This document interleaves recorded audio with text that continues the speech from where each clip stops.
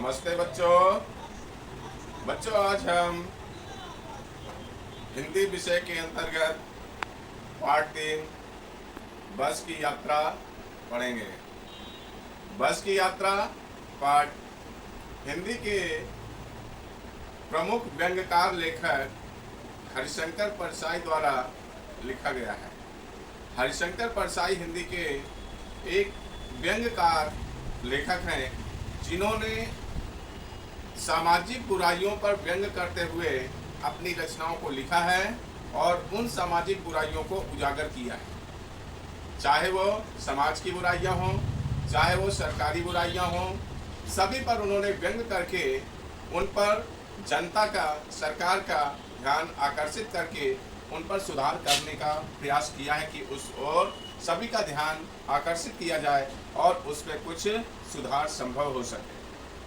इस पाठ में बस की यात्रा पाठ के माध्यम से लेखक ने सरकारी विभागों में व्याप्त भ्रष्टाचार और लापरवाही को उजागर किया।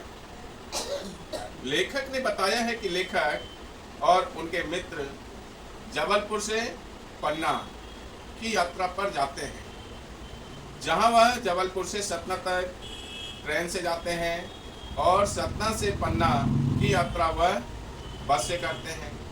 जब उन्हें पन्ना से जबलपुर वापस आना होता है, उस समय वह शाम की 5 बजे वाली बस से पन्ना से सतना के लिए आना चाहते हैं ताकि रात की ट्रेन मिल सके और उस ट्रेन से वह सुबह जबलपुर पहुंच सकें और जबलपुर पहुंचने के बाद वह अपने कार्यालय के कार्य को पूरा करने के लिए अपनी ड्यूटी पर जा सके।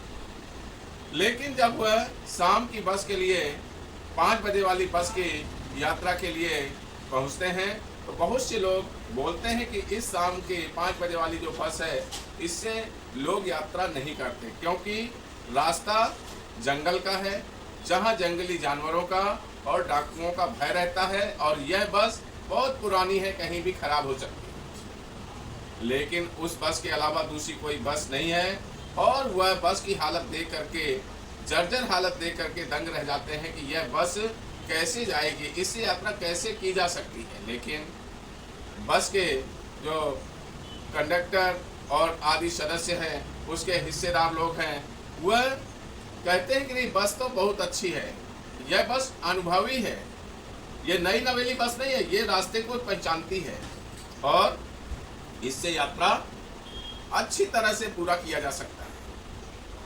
तो इस कारण से लेखक ने बस को गांधी जी के सविनय अवज्ञा आंदोलन से जोड़ा कि शायद ये बस गांधी जी के सविनय अवज्ञा आंदोलन के जमाने की है, इतनी पुरानी हालत है बस की। लेकिन फिर भी वह उस बस पर यात्रा करने के लिए बैठते हैं। देखा बस जैसे तैसे स्टार्ट हो जाती है और बिना धक्का दिए जब बस स्टार्ट होती है तो उनको आश्चर्य लगता है कि ये बस कैसे स्टार्ट हो गई। इसके बाद रास्ते में बस जब चलती है तो लेखक देखते हैं कि बस इंजन की तरह आवाज कर रही है, ऐसा लग रहा वो किसी इंजन के अंदर बैठे हों, इतनी अधिक आवाज आती है, पूरी बस की आवाज आती है। और कभी कभी तो रास्ते के गड्ढों में बस ऐसे उछलती है कि लेखक और उनके मित्र सीट से नीचे गिरते हैं और सीट उनके ऊपर हो जाती है। इस तरह उनको यात्रा करने में अत्यंत भय लगता है, कहीं बस किसी पेड़ से न टकरा जाए, इसलिए लेखक को हर पेड़ शत्रु की भांति नजर आता है। रास्ते में बस का डीजल टैंक फट जाता है और वहां पर उनको काफी समय गुजारना पड़ता है। जैसे तैसे उसे ठीक किया जाता है, आगे फिर टायर पंचर हो जाता है। इस तरह उनकी यात्रा आराम से पूरी ना होने के बजाय रात जंगल में गुजारने के साथ पूरी होती है। और जिस तरह का कष्ट लेखक और उनके मित्रों को बस में मिलता है, उस तरह के कष्ट को आम जनता दिन प्रतिदिन उठाती है और इसी कारण से लेखक ने ऐसे भ्रष्टाचार, ऐसी लापरवाही को उजागर किया है। क्यों?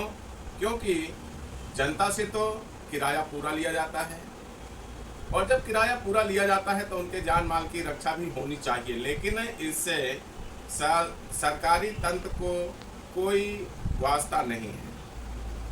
अर्थात लेखक ये चाहते हैं कि शासकीय कार्यालयों में ईमानदारी से कार्य हो, जनता को सही सर्विस मिले, और बस की यात्रा में जिस भ्रष्टाचार को उजागर किया गया है उस भ्रष्टाचार को आम जनता समझे और वह सरकार के साथ अपनी जिम्मेदारी को निभाते हुए अपनी जागरूकता का भी परिचय दे। धन्यवाद बच्चों।